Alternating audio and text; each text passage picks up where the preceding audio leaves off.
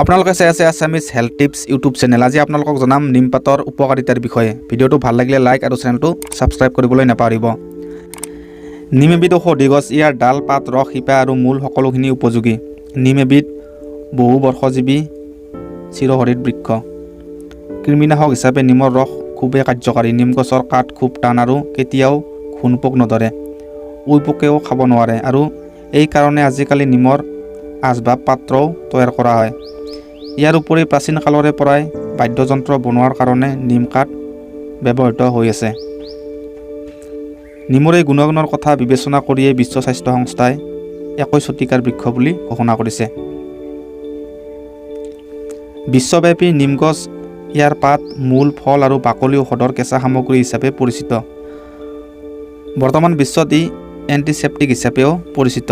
ই bacteria ৰোধক, virus ৰোধক, কীট পতংগনাশক, malaria নিৰাময়, দন্ত চিকিৎসাত, বিষমুক্তি, জ্বৰনাশক আৰু জন্ম নিয়ন্ত্ৰণত ব্যৱহাৰ কৰা হয়। কফজনিত বুকুৰ বিষ। 30 টোপাল নিম পাতৰ ৰস কুহুমীয়া গৰম পানীৰ লগত দিনত 3-4 বাৰ খালে বুকুৰ বিষ কমে। গৰ্ভৱতী মহিলা, শিশু আৰু বৃদ্ধৰ বাবে এইটো নিষেধ। কৃমি। শিশুৰ কৃমিজনিত ৰোগৰ বাবে পেট ডাঙৰ হোৱা আৰু নানা ধৰণৰ শাৰীৰিক উপসৰ্গ দেখা দিয়ে। ইয়াৰ বাবে 50 মিলিগ্ৰাম পৰিমাণ নিম গছৰ মূলৰ ছালৰ গুড়ি 3 দিন 3 বাৰ সামান্য গৰম পানীৰ লগত খালে উপশম পোৱা যায়। নিমৰ পাত বটি পাতলকৈ মূৰত প্ৰলেপ দি 1 ঘণ্টাৰ পিছত ধুব লাগে। 2-3 দিন এনেকৈ লগালে ওকণি মৰি যায়।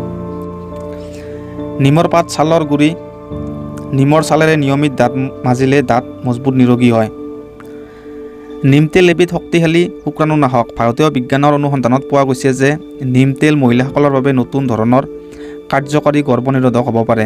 ই 30 ছেকেণ্ডৰ ভিতৰত শুক্ৰাণু ধ্বংস কৰিবলৈ সক্ষম।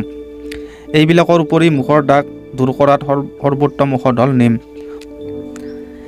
নিম পাত অগ্নিদীপক, শীতবীৰ্য আৰু বায়ুনাশক। কফ, কৃমি, পিত্ত, বমি আৰু অৰুচি আদিৰ ক্ষেত্ৰত বিশেষভাৱে ব্যৱহাৰ্য। নিমপাত চকুৰ কাৰণে ভাল। চৰ্মৰোগত নিমপাত সিজোৱা পানীৰে গা ধুব লাগে।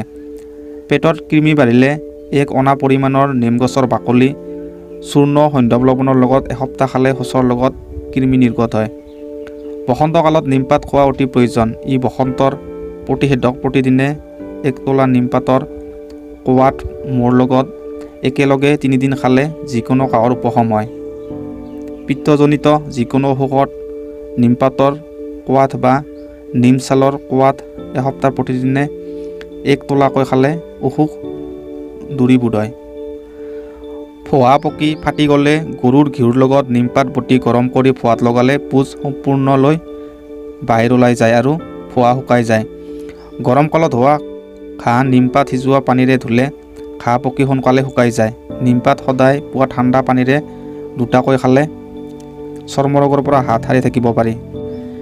ইয়াৰ তিতা ৰস উচ্চ বীৰ্য সম্বন্ধিত আৰু লঘু।